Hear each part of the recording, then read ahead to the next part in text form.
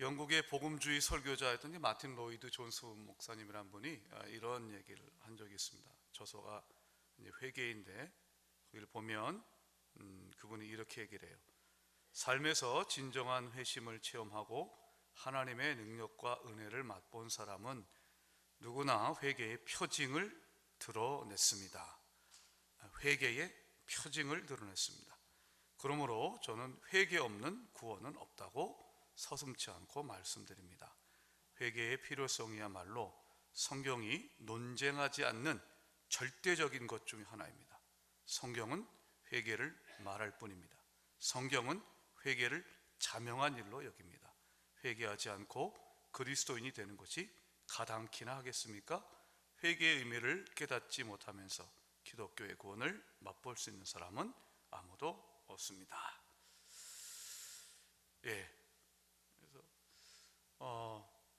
마틴 로이드 존스 목사님이라는 이제 목사님들은 이제 다 아시죠? 이제 유명한 19세기, 20세기 초에 영국의 복음주의를 이끄셨던 귀한 목사님이십니다. 그러니까 회개 없는 구원은 없다. 이 부분을 아무리 강조해도 지나침이 없습니다. 그래서 사순절 기간 중에 우리가 금요 성령 집회 때 참된 회개에 대해서 2번 말씀을 좀 나눴고, 그리고 지난주에 죄란 무엇인가, 회개에 대해서 이야기하려면 죄가 무엇인가를 알아야 되기 때문에 그 죄에 대해서 말씀드리고 있습니다.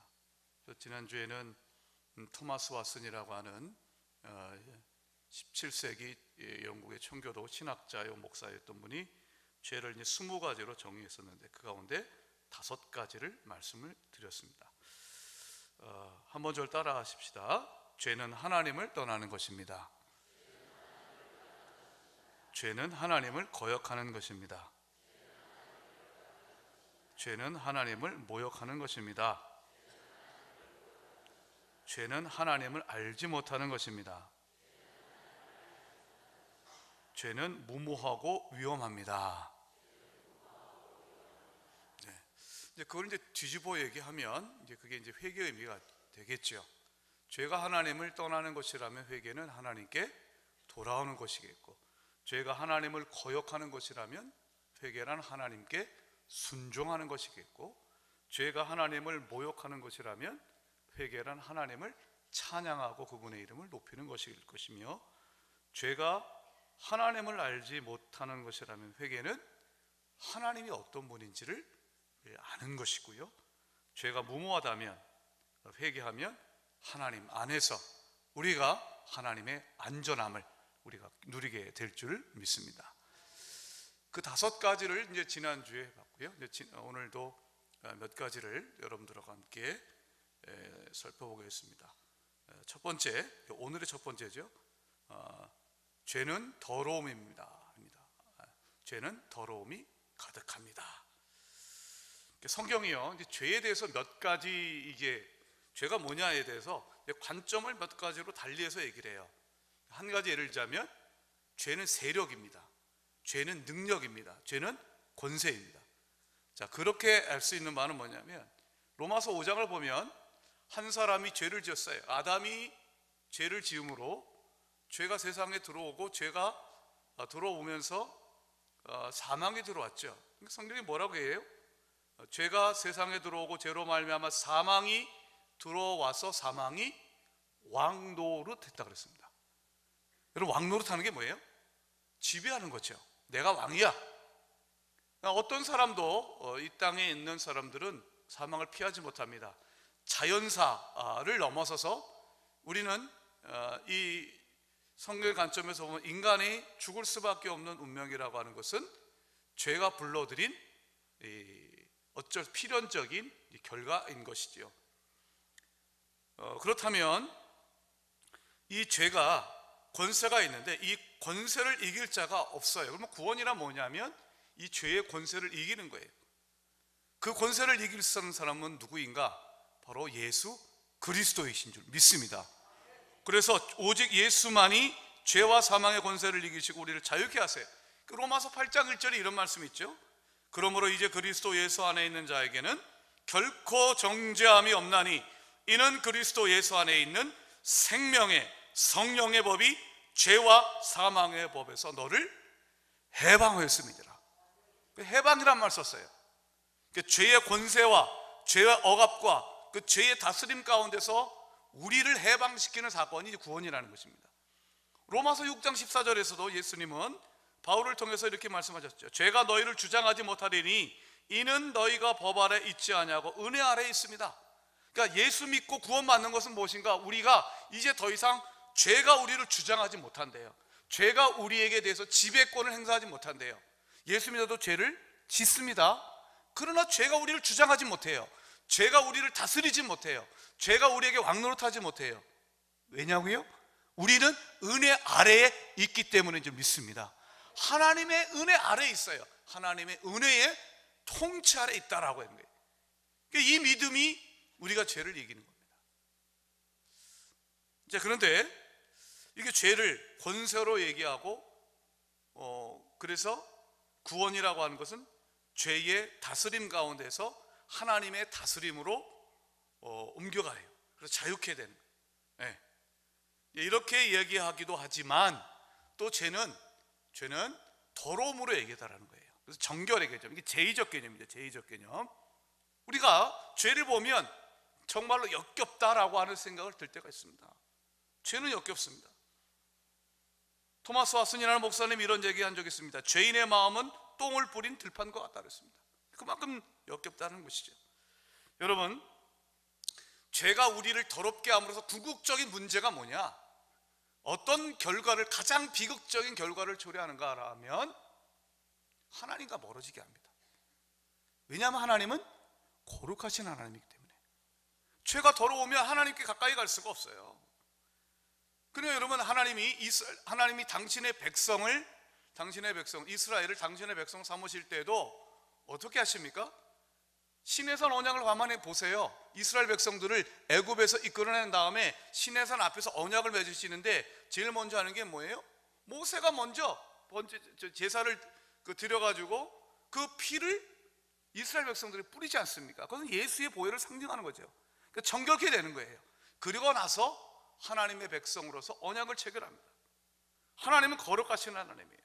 구원은 반대는 뭘까요? 그렇다면 구원은 정결케 되는 것입니다. 우리 인간의 하나님 보시기에 더러움과 모든 것들을 다 깨끗게 하는 것, 그것이 바로 구원인 것입니다. 오늘 우리가 함께 읽은 이 마가복음은 이 더러움에 관한, 이 정결에 관한 것이 무엇인지 예수님께서 아주 잘 정의해 주신 말씀이세요. 자, 그 당시에 이제 유대 종교 지도자들은 이제 정결법이라는 것을 아주 생명처럼 여겼어요. 정결법이라는 것을. 근데 그 정결법이 이제 주로 잘못된 것은 아니지만 예수님 시대의 종교 지도자들의 문제는 뭐였는가 하면 외향적 정결, 겉으로 드러나는 정결만을 이제 문제시했었던 것이었죠. 근데 예수님은 뭐라고 말씀하시는가? 진정 인간을 더럽게 하는 것은 무엇인 줄 아느냐라고 말씀하세요. 그것은 음식이 아니라, 바로 음식을 먹어서 우리 안으로 들어오는 것이 아니라 바로 우리가 내 안에 있는 마음에 있는 것이라고 얘기합니다. 이 본문을 좀 이해하기 위해서 제가 잠깐 정결법을 좀 말씀드리겠습니다. 정결법이 많은 여러 가지가 있는데 그들이 지켰던 대표적인 정결법 가운데 하나는 음식 정결법이라는 것입니다. 음식 정결법은 이런 거예요. 무엇을 먹어야 되느냐, 어떻게 먹느냐, 누구와 먹느냐, 이 세 가지가 하나님이 정해주신 율법에 따라 그렇게 먹어야 돼요. 여러분, 레위기라든지 이런 말씀 보면 이건 먹어도 되고 이건 먹지 마라 이런 얘기 있죠. 돼지고기를 유대인들은 안 먹습니다. 하나님 먹지 말라고 했기 때문에 그래요. 그렇죠? 그리고 여러분들이 이제 이스라엘 성지 순례를 가보면 이제 가이드가 이제 준 몇 가지 그 주의사항이 있어요. 우리 한국 사람은 어디 가든지 이 고추장 먹고 싶잖아요. 그죠? 아니면 김치 같은 걸 먹고 싶잖아요. 근데 이제 이스라엘에 코셔라고 하는 이제 법이 있어가지고 그 코셔를 굉장히 엄격히 지키는 호텔 같은 데가 있어요. 그리고 그렇게 지키도록 랍비들이 굉장히 그런 것들을 어떤 법률적으로는 아니지만 종교적인 활동을 통해서 그런 것들을 굉장히 강화시켜요. 근데 한 번은 이제 이런 얘기를 들려드렸거든요. 제가 이제 좀 오래됐지만 성지 순례를 갔을 때 그 가이드가 이런 얘기를 해요. 우리 한국에서 오신 성도님, 호텔에서 먹을 때 이스라엘 호텔 안에서는 김치나 고추장을 꺼내놓고 그 접시에다가, 그 호텔에서 나온 접시에다가 담고 드시면 안 됩니다 라고 얘기를 해요. 만약 그게 발견되잖아요. 실제 있었던 얘기인데, 어떤 한국 사람이 이제 거기에 있었던 이제 뷔페였나 보죠. 이제 음식을 담아 가지고 왔는데, 거기다가 이제 자기가 갖고 왔었던 이제 김치, 고추장 이런 것 등을 갖다 놓고 이제 먹어 나와요. 이제 거기서 그걸 본 이스라엘 사람이 그 홀의 책임자가 와서 이게 뭐냐고 물으면서 그거를 뺏어가더라는 거예요. 그리고는 그 접시를 저 주방 가지고 깨트려서 없었대요. 왜냐하면 그게 코셔라고 하는 율법에 따르면은, 그러니까 하나님이 먹지 말라고 하는 걸 먹는 것을 먹으면 우리가 부정하게 되는 거예요. 그런데 이 정결이라고 하는 것이 유대인들에게는 얼마만큼 소중하냐면, 우리에게 있어서 이 구원의 문제와 아주 직결되는 문제예요. 그들에게 있어서는. 이제 이게 어떻게까지 이제 심지어 얘기냐면, 비행기 안에서는 이제 유대인들을 위한 코셔라는 게 있고, 이슬람은 이제 할랄 음식을 먹어야 되거든요. 아주 그런 걸 정확하게 아주 끔찍히도 지키는 사람은, 만약에 비행기 안에 코셔라고 하는 유대인들이 먹을 수 있도록 그 음식 정결법에 따라서 조리된 음식이 나오지 않으면 안 먹습니다. 그러니까 비행 시간 내내 쫄쫄 굶으면서 갑니다. 왜냐하면 그것을 먹는 것 자체가 자기의 몸을 더럽게 하는 거기 때문에 그렇습니다. 제가 전에 아주 젊었을 때 이제 다녔던 학원이 SDA라고 영어 학원이었는데, 거기가 이제 안식일 교회에 사람들이 많이 있었어요. 근데 한 번은 어떤 일이 있었냐면, 식당에 가서 이제 밥을 먹는데 김밥이 나왔어요. 김밥에 여러분들 햄이 들어가잖아요. 근데 거기는 돼지고기 안 먹습니다. 거기 김밥에 있는 햄을 다 빼놓고 먹습니다. 무슨 맛인지 모르겠지만 그렇게 먹어요. 왜냐하면 그걸 먹는 건 자기 자신이 죄를 짓는 것이고 자기 몸을 부정케 하는 거예요. 이런 것이 예수님 당시에는 이로 상상할 수 없을 만큼 굉장히 강력하게 지켜졌습니다. 음식 정결법 하나만 예를 들어도 그렇습니다. 근데 예수님이 말씀하시는 거예요. 예수님이 그것이, 즉 음식이 밖에서 사람 안으로 들어오는 것이 우리를 부정하게 만드는 것이 아니라, 우리 안에 있는 것이 오히려 내 마음에 더러운 것이, 내 마음이 오히려 더럽다라고 얘기를 해요. 왜 그런가 하면, 음식은 우리가 입으로 먹으면 마음으로 들어가지 않고 배로 들어간다 그래요. 오늘 말씀 여러분 19절 한번 읽어보도록 합시다. 19절, 자, 함께 읽겠습니다. 시작.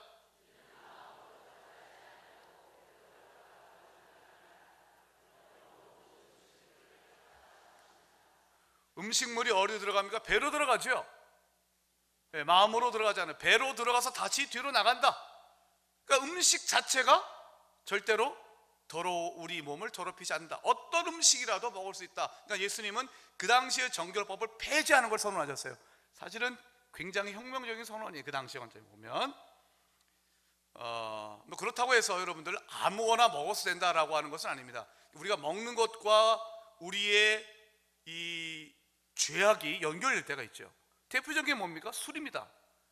술을 먹으면 사람이 술에 취하게 되면 평상시에 말이 없던 사람도 굉장히 말이 많아지면서 무례하게 되고, 무례한 행동하고, 스스럼 없이 그런 행동을 하다가 결국 싸우고, 이런 일이 벌어지지 않습니까? 술에 취해가지고 여러분 성적 방탕함으로 빠지는 게 얼마나 많이 있습니까? 그래서 까뮤라고 하는 철학자가 그런 얘기를 했습니다. 술은 인간을 쫓아내고 짐승을 드러낸다. 그러니까 무엇을 먹느냐가 나로 하여금 죄를 짓게도 만들어요. 네, 그거는 맞는 말이에요. 그러나 그렇다고 해서 음식 전체가 그것이 우리의 몸을 더럽게 한다라고 하는 소위 종교적인 정결에 직접적인 관련이 있는 것은 아니라는 것이 주님 말씀이에요. 그럼 뭐가 그럼 우리를 더럽게 하는가? 예수님 뭐라고 말씀하시는가 하면, 그것은 곧 우리의 마음이라고 말씀하셨습니다. 오늘 말씀 20절 이하를 보면 이런 말씀이 있습니다. 한번 20절부터 한번 같이 쭉 읽어보겠습니다. 시작. 또 이르시되 사람에게서 나오는 그것이 사람을 더럽게 하느니라. 속에서 곧 사람의 마음에서 나오는 것은 악한 생각 곧 음란과 도둑질과 살인과 간음과 탐욕과 악독과 속임과 음탕과 질투와 비방과 교만과 음해함이니 이 모든 악한 것이 다 속에서 나와서 사람을 더럽게 하느니라. 그래서 예수님이 말씀하신가? 그렇기 때문에 마음의 정결을 요청하셨던 것이었습니다. 예레미야 선지자도 마음의 부패에 대해서 이렇게 얘기했습니다. 만물보다 거짓되고 심히 부패한 것은 마음이라고 했습니다. 자, 그렇다면 회개란 무엇일까?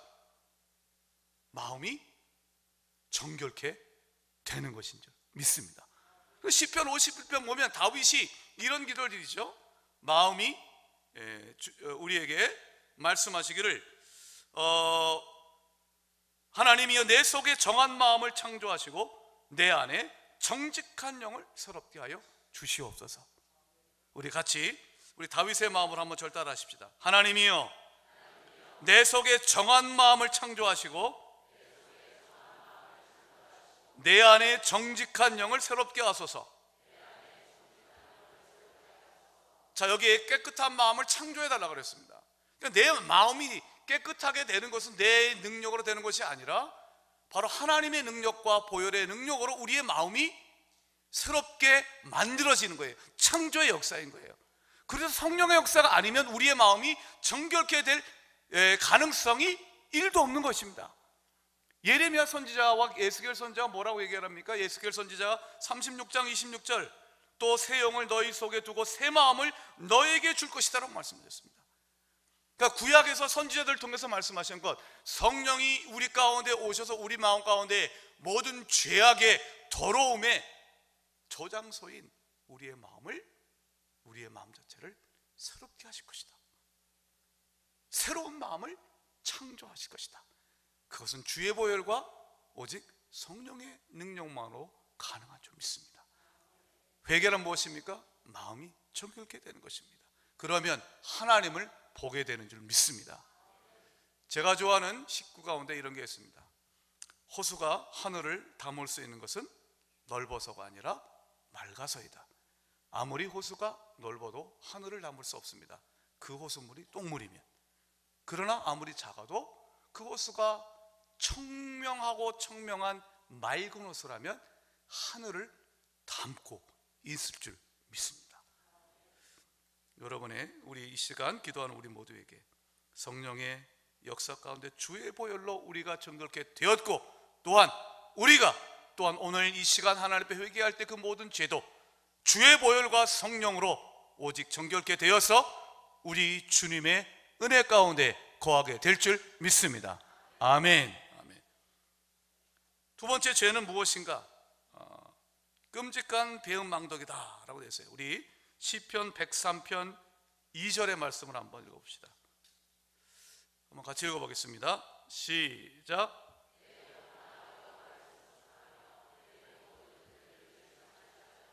자, 그의 모든 은택을 잊지 말지어다 라고 되어 있어요. 죄란 하나님의 은혜를 잊는 것입니다. 잊어요. 여러분, 이스라엘 백성들이 애굽에서 나와서 광야 생활할 때 가장 핵심적인 문제가 뭐였습니까? 하나님이 능력을 안 보여주셨습니까? 아니었습니다. 하나님은 홍해를 가르고 그 이후에도 숱한 많은 이적을 보여줬지만 이스라엘 백성들의 마음은 하나님이 보여주셨던 그런 모든 이적들을 잊습니다. 구원의 은혜를 잊습니다. 배고플 때 먹을 것을 주신 것을 잊습니다. 그래서 하나님께서 주신 은혜를 잊자 그들에게는 원망과 불평이 나옵니다. 제가 야고보서의 그 유명한 말씀, 욕심이 잉태한 즉 죄를 낳고 죄가 장성한 즉 사망을 낳느니라, 이 말씀을 제가 응용해서 이렇게 한번 생각해 봤어요. 망각이 잉태하여 원망을 낳고 원망이 장성한 즉 여호와를 시험하느니라. 이때는 반응이 좋아야 됩니다. 와, 이렇게 하시고, 네, 감사합니다. 억지로라도 감사합니다. 잊으면, 하나님의 은혜를 잊으면 원망이 나오는 거죠. 네. 우리가 상식적으로 생각해봐도 그렇잖아요. 먹고 살만하니까 옛날에 그 시절을 잊어버리면 원망과 불평이 나오지 않습니까? 조금 등 따숩고 배부르면 우리가 과거의 우리의 시절을 생각하지 못하고 우리가 원망하고 불평하지 않습니까? 그 원망과 불평이 결국은 불안을 일으키고 갈등을 일으키고 우리 마음의 평안을 빼앗아가지 않습니까? 결국 하나님의 은혜를 잊는 것이 원망과 불평을 낳게 되고, 그것은 결국 하나님을 시험한다. 하나님을 시험하는 게 뭐예요? 하나님이 정말 계신가? 하나님이 계시다면 왜 우리에게 이런 문제가 생기지? 하나님이 함께 하심에 대한 회의와 불신을 이끌어가더라는 것이죠. 그것은 하나님으로부터 우리를 계속해서 멀리 떼어져 버려가려고는 바로 사단의 계략인 것입니다. 사랑하는 여러분, 하나님의 말씀 가운데에 또 기도 가운데 하나님의 은혜를 늘 기억하고 잊지 않고 살아가기를 오늘 이 시간 기도하여서 그 은혜만을 찬양하는 우리가 될 수 있기를 축복합니다. 다윗이 왜 죄를 저질렀어요, 여러분? 다윗이 왜 죄를 저질렀어요? 밧세바와 왜 가늠하게 됐어요? 하나님의 은혜를 잊어버렸기 때문입니다. 잊으니까 나태하게 되어서 왕으로서의 소명을 잊으니까는 왕들이 전쟁할 때가 되었음에도 불구하고 출전하지 않습니다. 하나님의 은혜와 소명을 자기가 잊으니까는 그는 죄악에 빠지는 것입니다. 목사가 하나님께서 이 교회의 담임 목사를 세워주신 것을 잊으면 그 다음부터는 나태와 그리고 방탕함과 자신의 욕망에 따라 살아가는 것이지요. 잊으셔서 안 됩니다. 기억하셔야 됩니다. 신명기가 뭡니까? 거듭거듭 들려주는 하나님의 말씀, 신자는 신신당부의 신이라고 말씀드렸어요. 명은 하나님 말씀이에요. 거듭거듭 반복해서 들려주는 하나님의 말씀이라는 거예요. 그래도 잊어요. 그래도 죄를 범해요. 그래서 여러분, 하나님의 말씀은 우리가 주야로 묵상하는 것이고, 기도는 매일 해야 되는 것입니다. 매일같이 십자가를 의지해야 하는 것입니다. 하나님의 은혜가 우리 가운데 늘 새겨져 있기를 주의 이름으로 축원합니다. 세 번째, 죄는 어떤 것인가? 죄는 우리를 저급하게 만들어요. 한번 절 따라하십시다. 죄는 우리를 저급하게 만든다. 여러분, 반대는 뭘까요? 그럼 회개는 뭐예요? 우리를 고상하고 존귀하게 존재임을 깨닫게 하고 그렇게 살아보도록 만드는 줄 믿습니다. 여러분, 근데요, 죄는 우리를 어떻게 만드는가 하면 우리를 저급한 삶으로 살아가게 해요. 그게 저급하다는 것은 가난한 거하고 다른 거예요. 우리의 삶이 경박하고 천박하고 내 멋대로 살아가도록 만드는 거예요. 근데 우리는 어떻게 창조됐어요?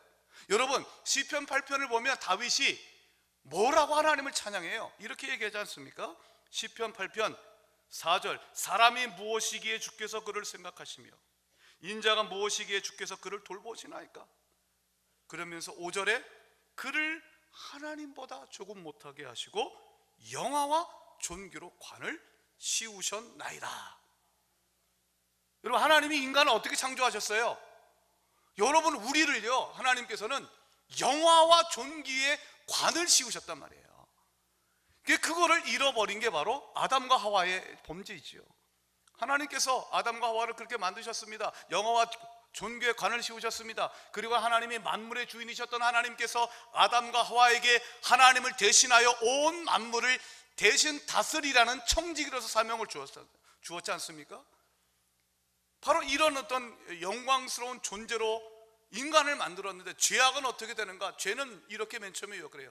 너 하나님이 만드신 그 영광스러운 존재가 아니라 네가 하나님 될 수 있어 라고 얘기하잖아요. 그렇게 거짓으로 유혹을 해가지고 그 결과가 무엇입니까? 영광과 존귀의 관을 씌워 만든 하나님의 형상으로 빚어진 우리가 천박하고 저급한 삶을, 죄악된 삶을 살아가게 하더라는 것이죠. 하나님의 자녀로서의 삶이 아니라 죄인으로서의 저급한 삶을 살아가도록 하라는 것이죠. 여러분, 우리는 세상 살아가면서 어떻게 해서든지 돈 벌고 내 자식 공부시켜가지고요, 어떻게 해요? 신분 상승을 합니다. 인간은 끊임없이 신분 상승의 욕구가 있습니다.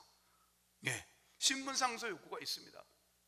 그것은 거부할 수 없고 끊을 수 없는 인간이 갖고 있는 신분 상승의 욕구예요. 근데 그거 아세요? 본질적으로 죄라는 것이 무엇인가, 구원이 무엇인가, 구원은 우리의 신분이 변화되는 거잖아요. 죄인이 하나님의 자녀가 되는 것이잖아요. 이것만큼 큰 하나님의 신분 상승과 신분의 변화가 어디 있겠습니까? 반대로 죄가 무엇입니까? 하나님의 아들이 죄인으로 나락으로 떨어지는 것이 아니겠습니까? 탕자에 비해서 여러분, 탕자가 어땠습니까? 탕자에게는 어엿한 아버지가 있었어요. 재산도 있었습니다.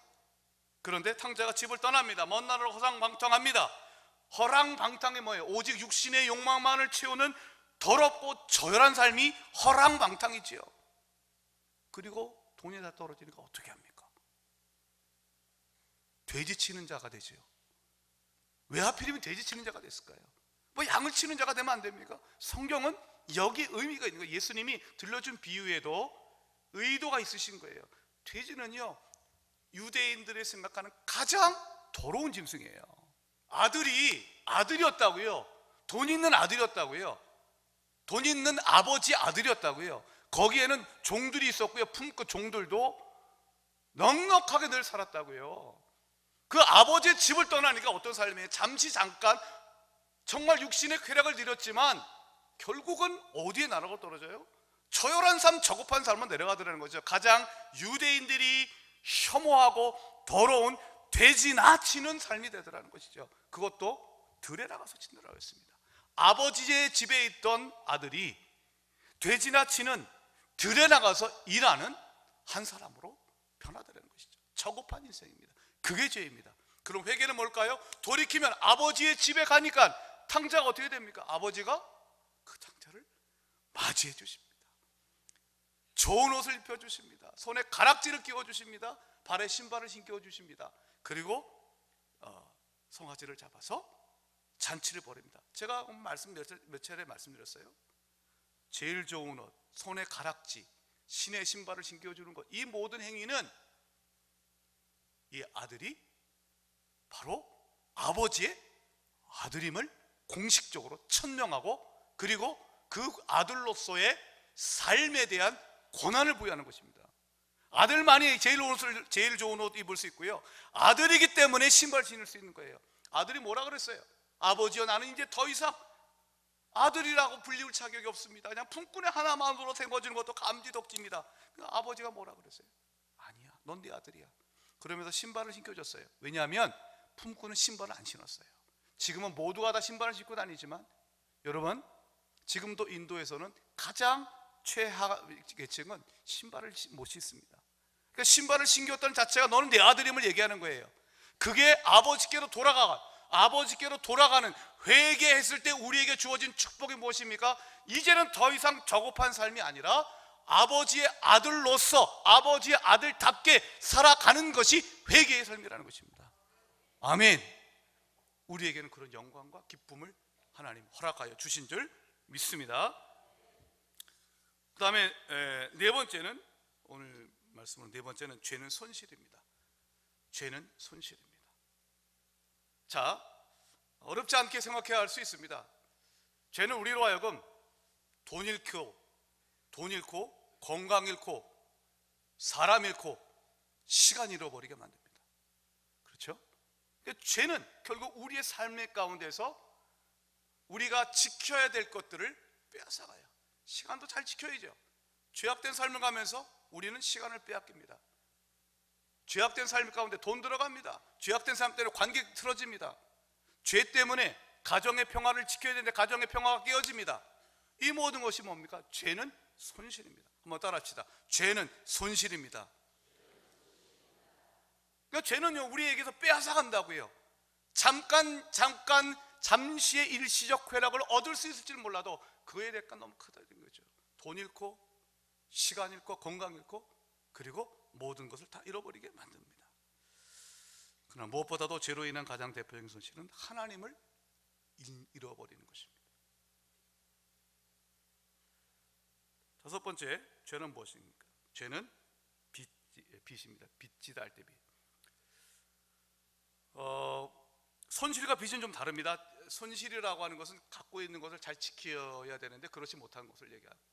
빚이란 무엇을 받았는데 그래서 다시 되돌려야 될 의무와 책임이 있는데 그러지 못할 때 우리는 빚졌다라고 얘기를 합니다. 여러분, 주기도문 가운데 이런 강구가 있습니다. 우리가 우리에게 죄 지은 자를 사하여 준 것 같이 우리의 죄를 사하여 주옵소서. 이때 여러분, 우리의 죄를 사하여 주시옵고 할 때 이 죄라고 하는 것은 원래 의미는 빚입니다. 빚진 것을 의미합니다. 성경에서는 죄를 빚으로 얘기할 때, 채무관계로 얘기할 때가 많이 있죠. 마태복음 18장을 보면 1만 달란트 빚진 종의 비유가 나옵니다. 이 비유가 얘기하는 바는 우리는 하나님 앞에 도무지 갚을 수 없는 죄를 지었다라고 이야기하는 것입니다. 그럼에도 불구하고 우리 주님은 그 빚을 탕감해 주셨어요. 그런데 우리는 1만 달란트하고는 비교할 수 없는 적은 빚을 진 우리의 동료를 용서하지 못하고, 이게 바로 1만 달란트 빚진 종의 비유의 핵심이죠. 여러분, 죄는 성경은 빚이라고 얘기합니다. 자, 이 부분과 관련해서 우리가 그러면 십자가의 구원의 은혜를 빚과 연결해서 한번 말씀을 좀 드리겠습니다. 골로새서 2장 13, 14절 보면 이런 말씀이 있어요. 제가 여러분의 이해를 돕기 위해서 좀 쉬운 성경으로 읽어드릴 테니까 한번 들어보세요. 골로새서 2장 13, 14절. 하나님께서는 여러분을 그리스도와 함께 살리시고 우리의 모든 죄를 용서하여 주셨습니다. 하나님께서는 우리에게 불리한 조문들이 들어있는 빚 문서를 지워버리시고 그것을 십자가에 못 박으셔서 우리 가운데 제거해 버리셨습니다. 그러니까 예수 그리스도의 십자가의 구속의 사건을 뭐라고 얘기하냐면, 빚 문서, 차용증서라는 게 있잖아요. 여러분들 빚을, 돈을 빌려보시면 차용증서라는 게 있죠. 빚 문서를 없애버리는 사건, 그게 바로 십자가의 구속권의 사건이라는 거예요. 그럼 이게 어떤 의미일까? 한번 쭉 얘기해 보면 이런 것이죠. 아주 쉽게 얘기하면 이런 것이라고 볼 수 있습니다. 이렇게 우리가 죄를 짓는 것은 마치 빚을 지게 되는 것 같은 그런 의미가 있어요. 내가 죄를 지을 때마다 빚을 내가 꾸게 된 그 빚을 적어놓는 그 기록문에 나의 빚이 계속 기록이 돼요. 나의 빚이 계속 기록돼요. 사단은 바로 이것을 가지고 우리를 고발하고 또한 소유권을 주장한다 라고 얘기하는 거예요. 근데 여러분, 십자가의 구속의 사건은 무엇입니까? 우리가 다 갚아야 될 그 모든 빚을 예수 그리스도께서 모든 하나님의 심판을 다 받으심으로 말미암아 우리가 모든 지었던 모든 빚을 우리 주님께서는 다 탕감하시고 그 죄의 모든 빚의 문서를 다 지워버리신 사건입니다. 여러분, 예수 믿으면 죄의 모든 빚이 다 지워버린 줄 믿으시기 바랍니다. 아멘입니다. 아멘. 지워버리는 것입니다. 지워버려요. 여러분, 회개하면 우리는 모든 빚이 이미 청산된 자유인이 되는 거예요. 비춰보셨어요, 여러분? 한번 이 자리에서 한번 여러분들 자기가 빚을 져본 적 있으신 분 한번 가만히 생각해 보세요. 그 빚을 탕감받았을 때에, 다 청산했을 때 내가 스스로 열심히 벌어가지고 탕감했을 때의 어떤 기쁨을 여러분들은 기억하실 것입니다. 빚을 지고 있는 동안에는요, 사람 같지가 않아요. 그리고 채권자가 굉장히 악랄한 사람이면요, 얼마나 독촉하는지 몰라요. 내 빚을 지고 있으면 그 빚이 영원한 마음의 부담이 되어가지고 사람 마음에 평안이 있지 않습니다. 그 빚을 갚기 전까지는 우리에게는 늘 마음에 진정한 평안이 있지 않습니다. 그런데 그 빚이 온전히 다 청산되었을 때의 자유, 기쁨, 이것을 우리가 누려봤을진데, 그렇다면 우리의 죄로 말미암아 갚을 수 없는 모든 빚의 문서가 예수 그리스도로 말미암아 다 그 빚의 문서들이 다 지워지고 이제는 하나도 없이 그야말로 영철이 되는 것입니다. 아무것도 없는 것입니다. 갚아야 할 빚이 없는 것입니다. 그것이 바로 예수 그리스도의 구원의 사건입니다. 이제부터는 우리는 복음의 빚, 사랑의 빚 외에는 빚지지 않고 살아가게 되는 축복을 누리게 되는 줄 믿습니다. 오늘 여러분들 죄에 대해서 몇 가지 말씀을 드렸습니다. 여러분, 오늘 이 시간에 이 죄를 기억하면서 우리가 이 죄의 반대말 회개가 무엇인지 다시 한번 깨닫고 기도할 수 있었으면 좋겠습니다. 사랑하는 여러분, 회개하는 자만이 회개의 징표를 우리 주님 앞에 드리는 자만이, 삶으로 드리는 자만이 진정 하나님 앞에 구원받은 자인 것입니다. 오늘 이 시간 예수 그리스도의 보혈로 우리의 모든 죄가 사함받고 그 주님 앞에 온전히 하나님을 찬양하고 하나님만 바라보고 정결한 삶을 살아가고 우리 주님 주시는 귀한 축복 가운데 새로운 인생으로 승리하시길 주의 이름으로 축복합니다.